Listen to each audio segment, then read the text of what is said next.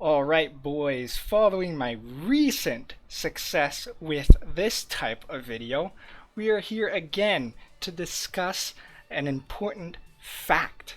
Alright, so today we'll be discussing who is the best waifu in Genshin Impact objectively. So before we start this, I gotta get all the no-no characters out of the way. Because obviously you motherfucking sickos out there still want to include some of these characters in your lists, but that's not gonna happen because that's fucking degenerate shit. So all the no-no characters include Diona, Klee, Chi-Chi, Sayu, Xiangling, Barbara, Fischl, Keqing, Noelle, Xingyang, Lumine, Yanfei, Ayaka, and Yoimiya. And obviously Paimon. But Paimon doesn't have a significant age, so she could be 1,000 years old for all you know. You sick motherfucking piece of sh. Alright, with that out of the way, let's discuss all the legal characters. Alright, so I'm gonna be listing these characters alphabetically because that's easier to manage. And I'm going to be giving these characters 6 major bullet points to home in on their qualities. Alright, so let's start off with Ember. She's obviously charismatic, extroverted, athletic, and helpful, but she's also one of the cutest characters in the game. She also has a stable job, being the only outrider in the Knights of Favonius. So she definitely has all of that going for her. Alright, now it's Beidou. Obviously, Beidou is badass. Given that she's also captain of the ship Alcor, you know she's got that bling bling ching ching. We also know that Ningguang really respects Beidou, as she always gets the job done. So, a word coming from Ningguang, she is definitely reliable. And with all of those connections, she definitely has that high status. I'm also one to think, as all of the crew members from the ship speak very highly of Beidou, she's probably also very loyal. And last but not least, she is definitely one of the hottest characters in the game. You cannot go wrong with this design. I mean, you look at Beidou and the only word that comes into your mind is really just curvy. Alright, we got Yuli now, and I gotta be a little biased, but I love the design of this character. She also plays really well, and the fact that she is a dancer also adds into the hot factor that she definitely is. I just talked that Beidou is really curvy, but damn! Yuli has some of that too. Yuli, also coming from a prestigious family, also has high status. And as Yuli is one of the knights, she is also very reliable and, most importantly, truthful, as she will even sell out her family for vengeance. Also, coming from that prestigious family and being one of the knights also gives her a lot of skill, so she is also very skillful, either with the sword or with the pen. Alright, I understand that Ganyu is probably your favorite character.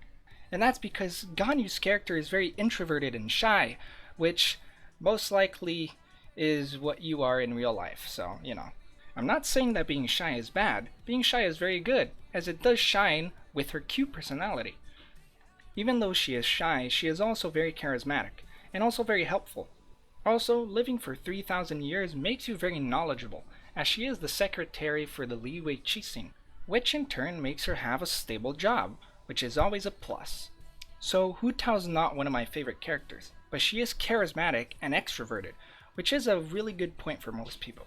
She is also very passionate about her job, being the 77th director of the Wangsheng Funeral Parlor. But being very passionate about this line of work is kind of quirky, which is, to some people, a plus.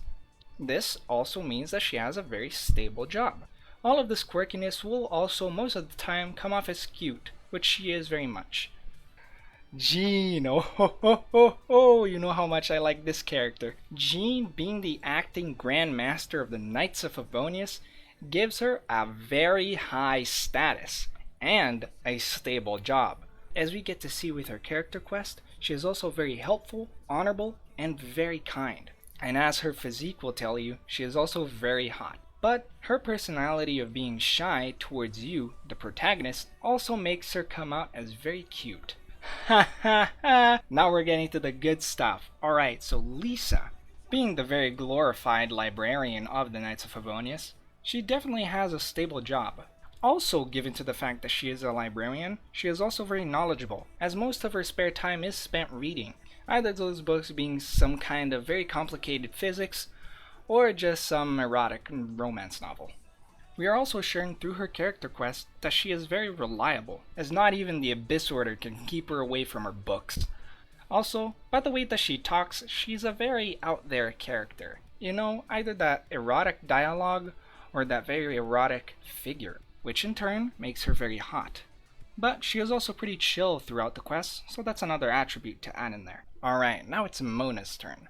Since Mona is an astrologist, it does make her very knowledgeable, and as seen with the Scaramouche scene, we also know that she's very good at it, so she is pretty skillful. In her character quest, we also learn that she is very prideful. She doesn't let her pride get shattered by meaningless things such as Mora.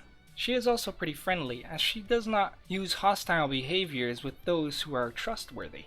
Throughout her character quest, we also know that she has a very shy personality and gets embarrassed pretty easily, which in turn makes her a very cute character. But as most people would say, she is more hot than cute, but I would label her as both. So, as most people, when they start playing this game, they think Ningguang is one of the hottest characters in the game, so that's already up there. But you will eventually learn that she is a Tianchuan of the Liwei Qixing, which makes her have a very, very high status, which in turn brings home the Qing Qing, as she has a very stable job in that position. But to get there in the first place, you also have to be very knowledgeable. Also, given her backstory, she didn't come from a very wealthy family, so she is also very honorable. But also, with the very wonderful work of her voice actress, she also comes off as very badass. Rosaria. If this was a bus-size top 10, she would definitely be at the top. I mean, they were so big that they had to nerf it. Really? So, I'm just gonna plop this right there. She's definitely hot.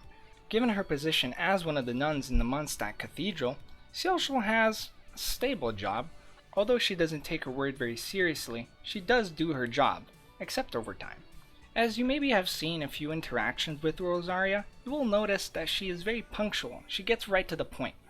This, also combined with her design, makes her look very badass. Also, given her emotionless demeanor, she is also pretty chill. Although she isn't very charismatic about it, she is pretty reliable, as she does keep Mondstadt safe from those pesky heli trolls.